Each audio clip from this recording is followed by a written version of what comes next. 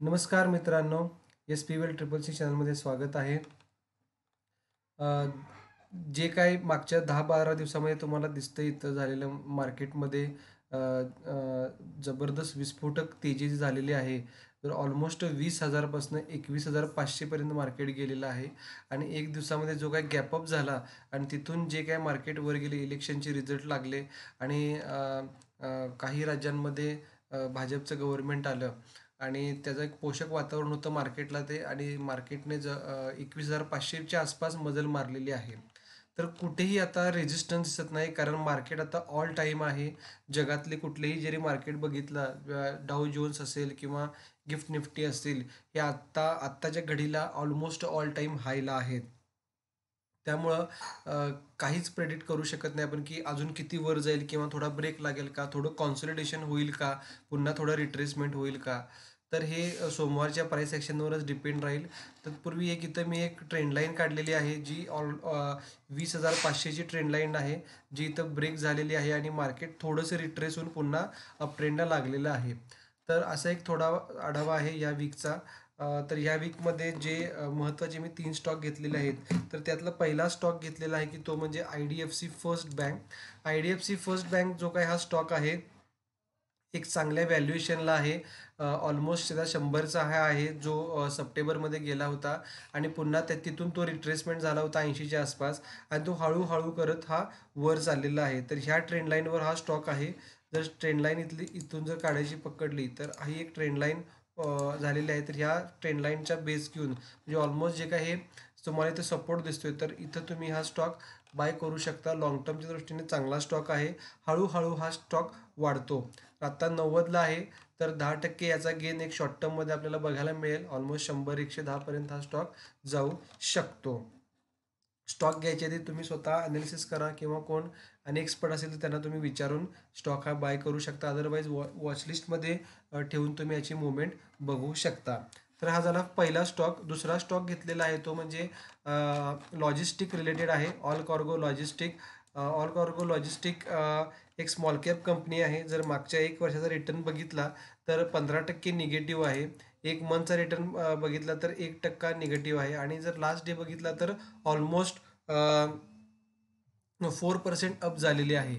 तर याचा एक चांगला एंट्री पॉइंट आहे.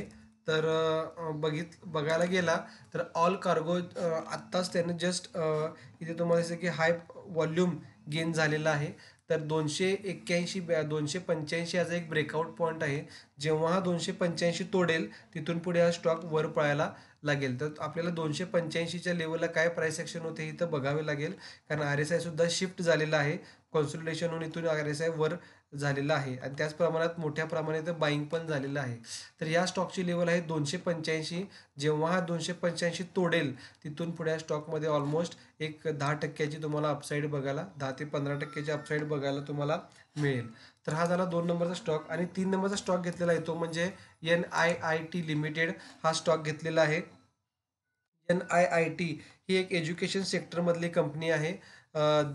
जूनमध्ये हा स्टॉक ज्यावेळी एक ₹85च्या आसपास आला होता. तिथून एक ऑलमोस्ट 4 महिने तो एका प्राईसमध्ये होता. तिथून पुढे ह्या स्टॉकने 150मध्ये मर्जर मारली.